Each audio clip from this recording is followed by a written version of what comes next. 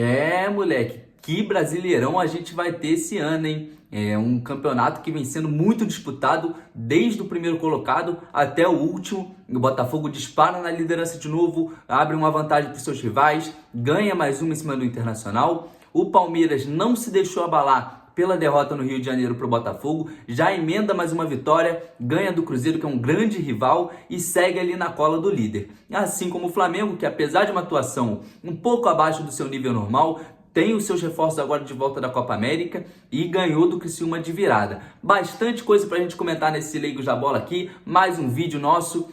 Comentando a 17ª rodada do Brasileirão, que aconteceu nesse sábado. Tô gravando isso aqui no domingo. Não vamos perder tempo, vamos com tudo para mais um vídeo.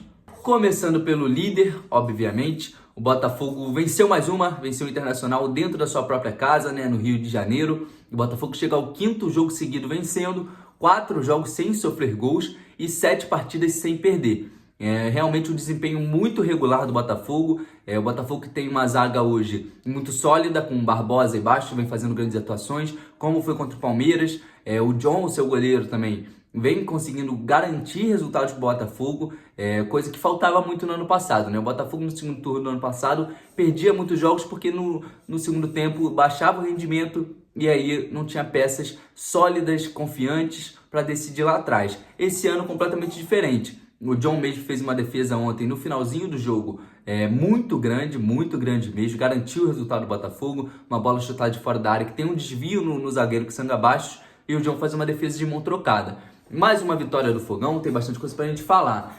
Começando pelo primeiro tempo, né, obviamente, o Botafogo fez um bom primeiro tempo, um primeiro tempo muito acima do Internacional e que preocupava a torcida porque o gol não saía. O Botafogo pressionava, chutava, Rocher fazendo grandes defesas, mas o gol parecia que não ia sair nunca, até que no finalzinho do primeiro tempo, uma bola cruzada por Luiz Henrique rasteira e o Luiz Henrique guarda. Luiz Henrique chega à sua 3ª participação em gol nos últimos 4 jogos, um jogador que vai mostrando por que valeu tanta grana assim, né? 100 milhões a contratação dele para o Botafogo, e ele vai cumprindo as expectativas, melhorando a cada jogo mais.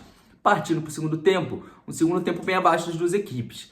O Botafogo é bem entendível, né, depois do jogo que ele teve contra o Palmeiras, um jogo muito físico, muito corrido, os 90 minutos, o Botafogo era normal que não tivesse no seu auge físico. Tanto que para essa partida, o Botafogo poupou muitos jogadores, né? Tiquinho Soares não jogou, o Botafogo mesclou muitos jogadores, no segundo tempo entrou o Cauê também, que é um jogador mais novo, então o Botafogo tentou gerenciar a parte física.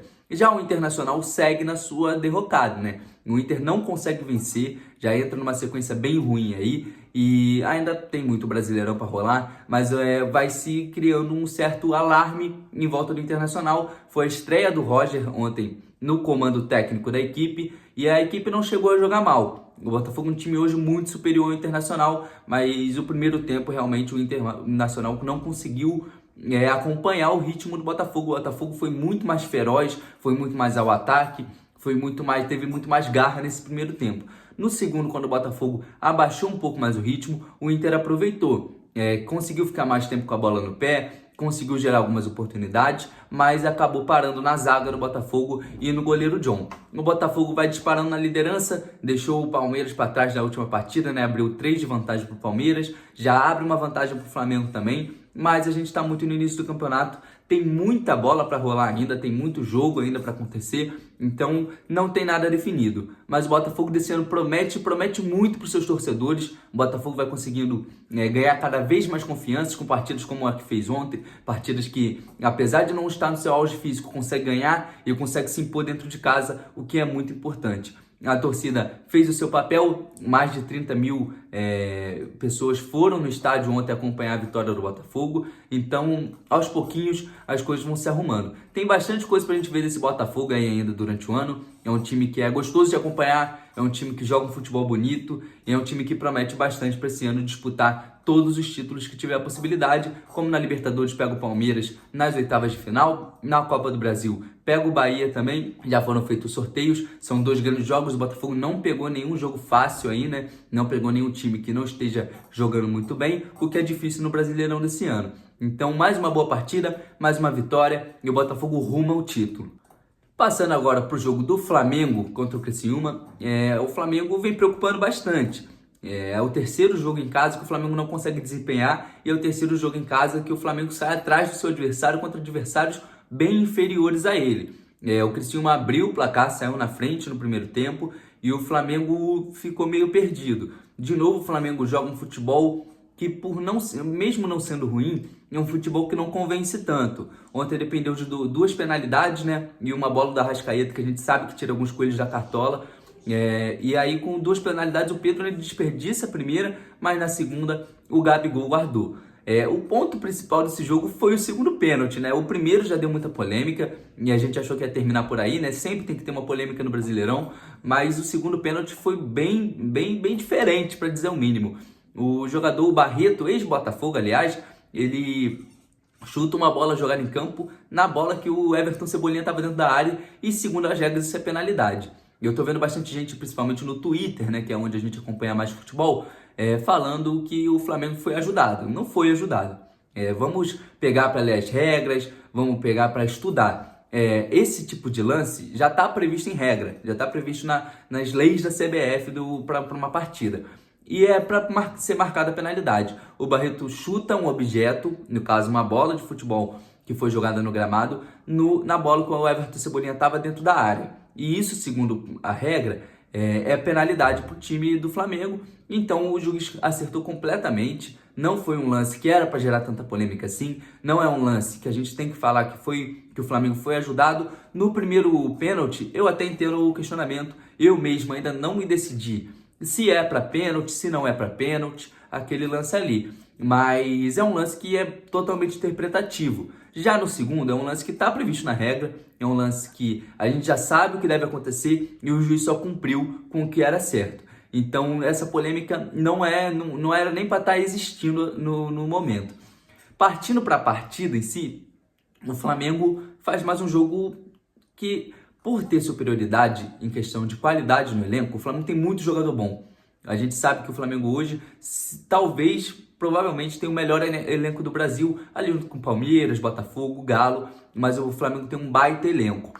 E então o Flamengo consegue resultados muito pelos seus jogadores, mas o futebol atualmente tem sido meio duvidoso, não tem prometido tanto. A gente sabe que o Flamengo pode passar, todo time que está disputando lá em cima passa por alguma instabilidade, o que é totalmente normal, mas é a terceira partida que o Flamengo sai atrás do seu adversário jogando em casa e a terceira partida que não joga um futebol tão bom assim. Ainda assim, a gente sabe que o Flamengo está disputando título, o que importa é vencer, o que importa são os 3 pontos, e o Flamengo ficou com os 3 pontos dentro da sua casa, o que é muito importante, principalmente contra um adversário bem inferior a ele. O Flamengo vai pegar ainda o Palmeiras na Copa do Brasil, vai ter uma sequência bem difícil com Libertadores, Brasileirão e Copa do Brasil, então vai ser um teste de fogo ao Flamengo nesse campeonato. Mas a gente sabe que o elenco do Flamengo é muito forte, os jogadores da Copa América já estão voltando a treinar, já estão voltando a jogar, então, como foi o caso da Arrascaeta ontem, que já voltou, deu uma assistência linda pro Pedro. Então a gente sabe que com esses jogadores no auge da forma física e encaixando certinho o esquema de jogo, o Flamengo é um forte candidato ao título, assim como o Palmeiras, assim como o Botafogo. Então, apesar do futebol um pouco abaixo que o Flamengo vem apresentando, a gente não pode também se ver completamente perdido. O Flamengo promete muito, o Flamengo é um time muito forte, então a gente tem que ter calma, botar a cabeça no lugar, que o Flamengo jogou muitas partidas com desfalques por causa da Copa América e esses desfalques acabaram de voltar, então ainda tem que voltar a rodar no ritmo certo. Mais uma vitória do Mengão, o Mengão vai colando na liderança com o Botafogo, vai buscando o Botafogo, está em terceiro lugar nesse Brasileirão no atual momento, então não tem nada de perdido, tem muita coisa para rolar ainda nesse Campeonato Brasileiro.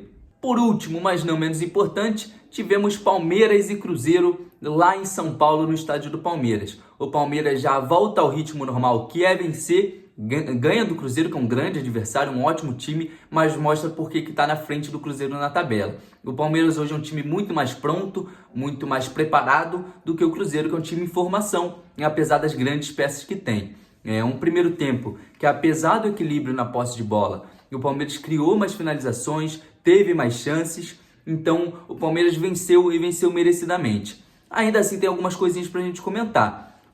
Teve um lance no segundo tempo, um gol do Cruzeiro anulado por uma falta lá atrás. Eu não vou discutir aqui se foi falta, se não foi falta. A questão é, por que o VAR chamou para um lance desse? É um lance completamente interpretativo, o juiz vê claramente a jogada e decide não marcar. Após isso, sai o gol do Cruzeiro e o VAR chama. O VAR está aqui para ajudar o juiz em lances onde ele não viu, em lances que foi de fato uma falta, de fato para um cartão vermelho, onde o juiz não pôde ter uma observação certa. Um lance como esse da falta que foi marcada ontem é um lance completamente interpretativo. O juiz pode marcar como marcou depois de ver o VAR, ou pode não marcar como ele não marcou vendo esse lance em campo. E na minha opinião, não foi uma falta. Eu entendo quem fala que é falta e acho que não é maluquice falar que aquilo ali é falta.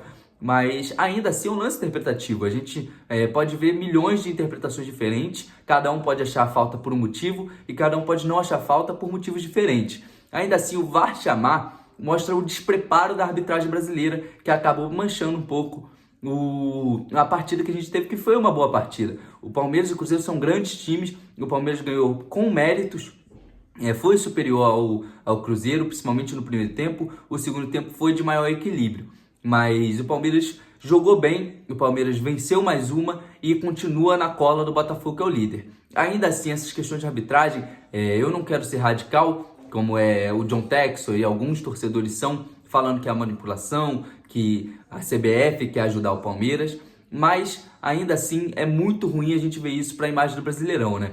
Como eu falei no nosso... A gente tem um Twitter, né? Se você não segue a gente, já segue a gente lá no Twitter para acompanhar notícia, acompanhar opiniões nossas, assim como no TikTok.